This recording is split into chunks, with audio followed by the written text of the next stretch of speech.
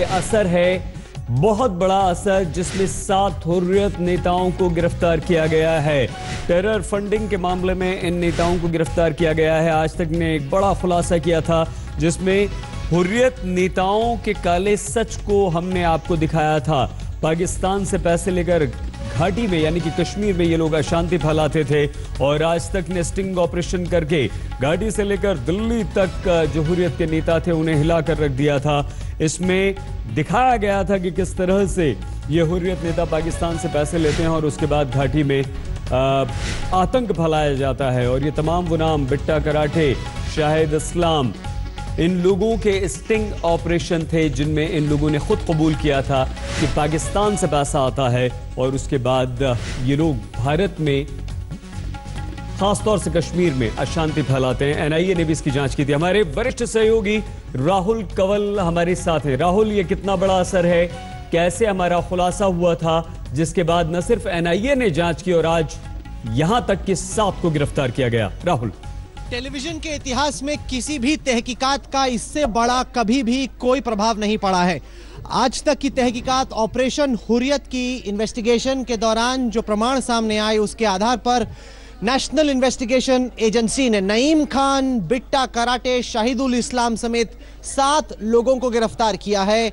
ये वही लोग हैं, ये वही आतंकवादी हैं जिनको बेनकाब आज तक के खुफिया कैमरों ने किया था, दिखाया था कि किस तरीके से एक तरफ ये हुर्रियत के नेता होने का ढोंग करते हैं, दूसरी तरफ पाकिस्तान से पैसा लेके कश्मीर को जलाते हैं। इससे पहले कभी भी किसी भी इन्वेस्टिगेशन पर इस तरह का अरेस्ट, इतनी कड़ी कार्रवाई नहीं हुई है। वाकई में टेलीविजन के इतिहास में पहली दफा ऐसा हुआ है कि किसी चैनल की खबर पर पूरी एक एजेंसी इन्वेस्टिगेट करने लग जाती है। और आज हमें यह खबर मिल रही है कि नेशनल इन्वेस्टिगेशन एजेंसी ने बिट्टा कराटे, नईम खान, शाहिदुल इस्लाम समेत टेरर फाइनेंसिंग केस में कुल मिला के 7 लोगों को गिरफ्तार किया।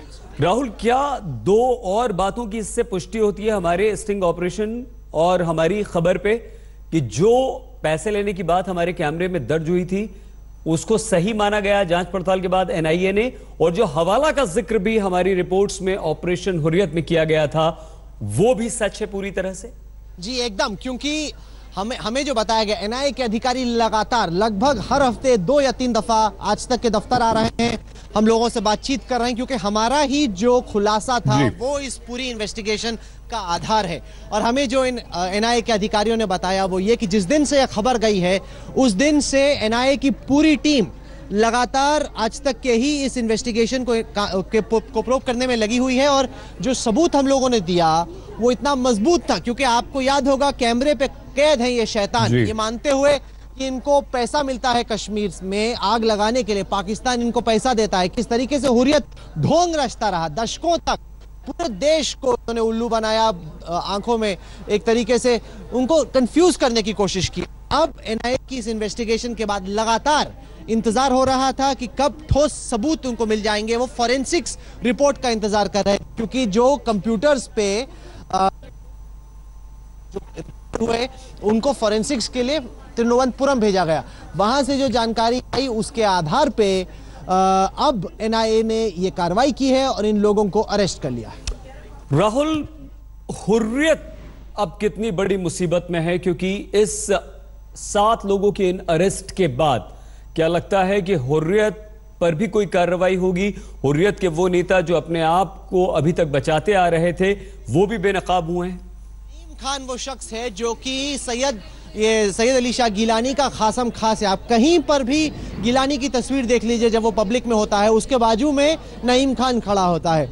ढोंग ये लोग रचते हैं कि बहुत ही अमन पसंद लोग हैं, लेकिन खाली करतूते हैं वो कैमरे पे कैच हुई हैं, क्योंकि ये लोग कैमरे पे पकड़े गए हैं मानते हुए उनको पैसा मिलता है, आग लगाते हैं, स्कूल चलाते हैं, स्टोन पेंटर्स को पैसा देते हैं, ये सब चीजें वो खुद कैमरे पे कह रहे हैं। लगातार एनआईए की टीम इस पे तहकीकात कर रही थी। आज तक की जो तहकीकात है उस पर मोहर लगी है। और जैसा मैं लगातार कह रहा हूं, टेलीविजन के इतिहास में इससे बड़ा इंपैक्ट कभी नहीं हुआ किसी भी इन्वेस्टिगेशन का। हुर्रियत पर सरकार का ये सीधा हमला, क्योंकि अब उनके पास वो ठोस सबूत हैं जिनके आधार पर इन लोगों को जेल में बंद किया जा सकता है। ये जो टेरर फंडिंग थी राहुल, जिसका खुलासा ऑपरेशन हुर्रियत में किया था, राहुल, इस वक्त रविंद्र रैना भी हैं, आप सीधे आप चाहें तो उनसे बात कर सकते हैं।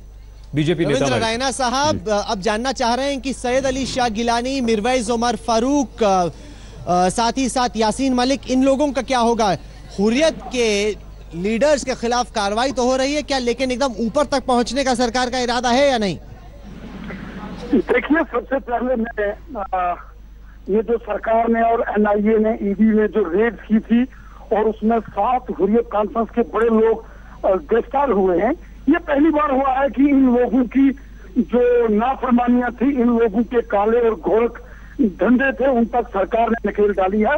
और आप देख रहे हैं नईम खान, बिटा कराटे, अल्ताफ अंटू, महराज दीन, ये जैसे बड़े बड़े हुर्रियत के लीडर, इन सब के खिलाफ ये कार्रवाई हुई है। और ये एक शुरुआत है जो हमारे राष्ट्रीय न्यूज चैनल्स ने, जिसमें आज तक है, इंडिया टुडे न्यूज चैनल्स ने 1 बाय 1 करके जो आप लोगों ने स्टिंग ऑपरेशन किया और पब्लिक डोमेन के अंदर लाया कि किस तरीके से जम्मू कश्मीर के अंदर ये हुर्रियत के लोग काला बाजारी, काला धंधा कर रहे हैं, पाकिस्तान से हवाला का पैसा लेकर जम्मू कश्मीर के हालात खराब कर रहे हैं, जम्मू कश्मीर के नौजवानों को गुमराह कर रहे हैं और जम्मू कश्मीर के अंदर जो है बेगुनाह लोगों का कत्ल करा रहे हैं।